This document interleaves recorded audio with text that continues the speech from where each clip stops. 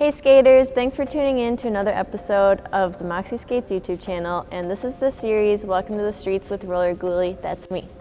Today we're here at Fargo once again, and I'm going to be going over some common grind variations part 1. So if you haven't already checked out the previous episodes, I highly recommend you do so because each episode kind of leads up into the next. In this episode, I'm going to be building off of some of the grinds we've already gone over, like 50-50s, macchios, front sides. Today specifically, we're going to be going over kind grinds and sweat stance. If you hear them being called different things, that's okay, but this is just what I call them for the sake of the video today.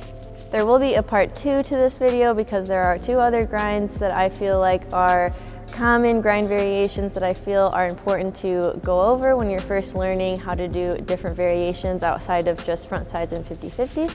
So make sure you stay tuned for that video next week if you want to keep learning more and build off of these.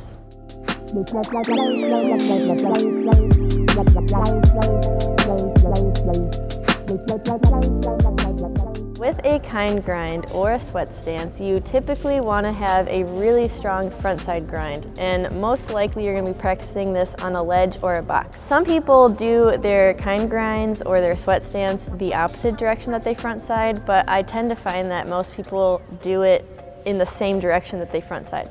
I like to front side to the right, and I also kind grind and sweat stance to the right. I just tweak my feet in a little bit of a different formation to create these grinds, and having a strong front side is pretty crucial in being able to successfully accomplish that.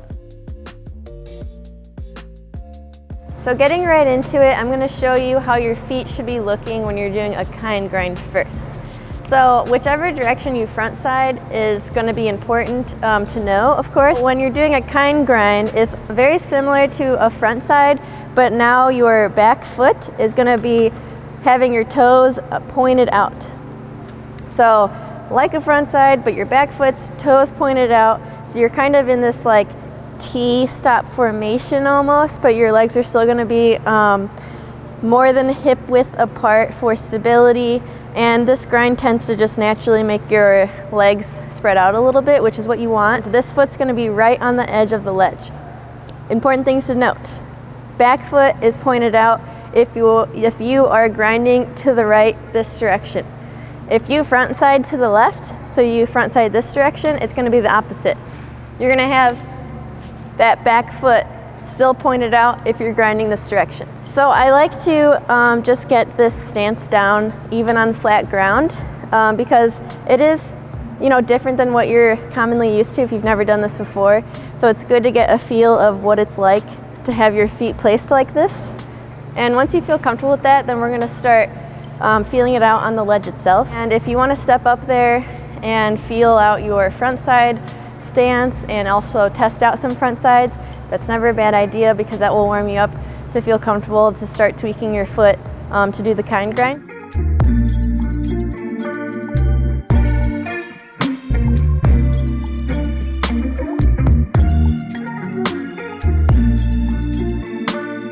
Once you're good with your front side, then I like to just step up onto the ledge and feel what it's like to have my feet in this position. I definitely recommend practicing just stepping up there so that you can kind of lock in that muscle memory into how your feet should be aligned on the ledge. Another very important thing to note is where the rest of your body is going to be aligned. So when I'm trying new things, I try to consciously think about what my head, shoulders, knees, and toes are doing. But if I'm just doing a straight front side, typically I'm pretty straightforward onto the ledge with maybe a minor tweak in the shoulders. When you're doing a kind grind, this foot is going to be turned, so your shoulders are going to be slightly turned.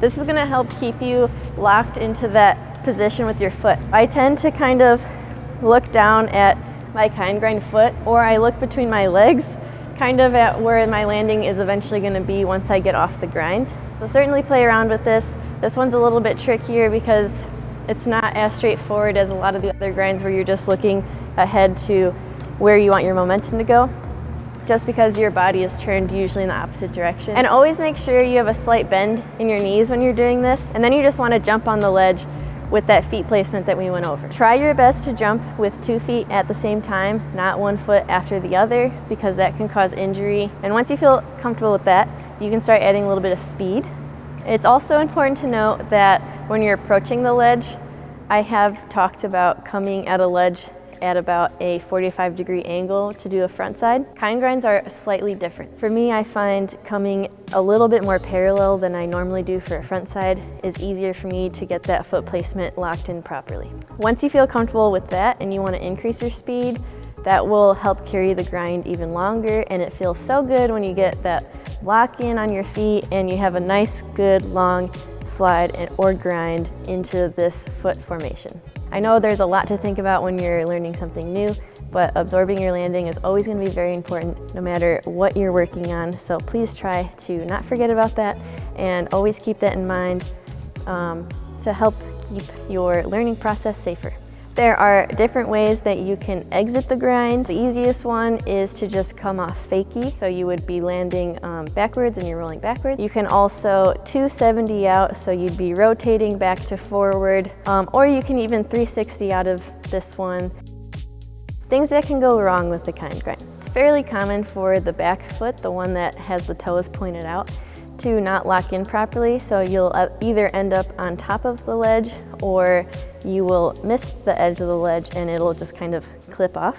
Sometimes if you land on top of the ledge and it's super waxy up there, your foot can kind of just slip forward. And it's not to scare you away from doing this grind, but it is good to know of the common mistakes that could happen and to be prepared for them so you can try to practice safe falling. Another common mistake that could happen is the front foot or your lead foot that is going to be in the front side position. Sometimes you kind of forget to think about that foot because you're so focused on getting the proper placement in the back foot that you'll put the weight in the wrong spot on your front side foot, and you can put too much weight in the toes and hit your wheels and it'll cause wheel bite. You can combat this with adding some wax to the obstacle, but also you can combat this by trying to pay extra attention to where you're placing the weight in both of your feet. But I lean my weight into the inside of my foot and turn my foot a little bit out, and that helps with the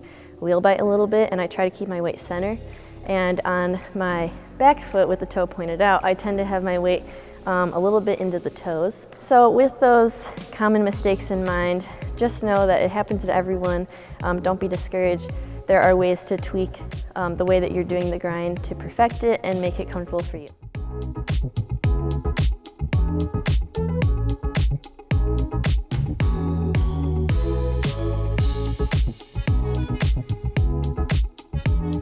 Now that we went over the kind grind, I'm going to go into sweat stance. A sweat stance is going to be basically the opposite of a kind grind. So when we're front siding, we're kind of like this, or like this. And when we kind grind, we're like this. And now when we sweat stance, take yourself back to the front side, and now you're gonna be opening up the opposite foot. So if you slide to the left, it would be your left foot that would be pointed out. Much like a kind grind, you are gonna be having your shoulders slightly turned in towards that lead foot, and that will help your lead foot lock into that positioning a little bit better than if you're keeping yourself very forward. We're gonna do the exact same process that we did with the kind grind with the sweat stance. Step up into the ledge, you can start jumping into this, and it's gonna feel entirely different than doing a kind grind. I find it to be a little bit scarier than a kind grind because you have to jump into it, that lead foot being different than what we're used to doing. If it feels very unnatural to do it in the direction that you're practicing, try the other direction or the opposite direction and see if that is a little bit easier for you. Try out both, see what feels comfortable to you. So unlike a kind grind, you're not as blind to the direction that you're headed. You can actually look into the direction that you're going, and that will help carry your momentum, but that will also keep your front foot locked in. It's also important to try to lean a little bit into that foot and have just a touch bit more weight on that front foot than the back one. This will help keep you a bit more stabilized. If you have too much weight in the back foot, you can accidentally make that foot slip in towards yourself. For this one, I personally keep the 45-degree angle approach when I'm coming into it, but I've also seen people try to be more parallel, and that's easy for them. Same thing as the kind grind, there are different ways that you can exit. You can exit fakie, you can exit forward, you can 270. I have not ever 360'd off of one of these because it is quite challenging, but you certainly can try. The reason why I group frontside kind grind and sweat stance all together in a lump is because your approach and your stance and the way that your muscle memory builds up being able to do these grinds is all so similar with just minor tweaks. So I try to kind of picture the sweat stance like I'm going for a front side, but I just open up my front foot. So I just try to focus on that front foot and trust that my back foot knows what it's going to do. Sweat stance can be a little bit scary sometimes because if you don't lock in properly and you accidentally land on top, that foot can slip forward. And since your body is kind of turned forward, it could be a little bit harder to catch yourself than in a kind grind. So for this one, please use some caution. Make sure that you feel really comfortable with the foot placement before you really go for it and add speed. And once you get it, it is a lot of fun and it could become one of your go-tos as well. So let's summarize real quick. So front side, feet are face forward, perpendicular with the ledge. Now kind grind, your back foot now, the foot that is in the back from the direction that you are grinding or sliding, that one is going to be turned out, toes pointed out. Sweat stance. So front foot opens up and you're sliding in the direction that that foot is opened up to. In the next video, so there will be a part 2, I'm going to be going over 2 other common grind variations. And I say common because these were the 4 that I first learned when I started doing grind variations. But it kind of helps build off of front sides and 50-50s and Moxios, and it can really expand your trictionary. I hope the tips on the kind grind and the sweat stance were helpful for you and that you're going to have fun with them because I love these and I hope that you'll learn to love them too. Make sure you follow us on Instagram and subscribe to be notified of when the next episode of the series comes out. I'm so excited to show you more grind variations and more things that you can take to the street so that you too can get out there and start filming and trying all the different things that we learned and stuff. As always, thank you for your support. We here at Moxi appreciate it so much, and I look forward to seeing you in the next episode.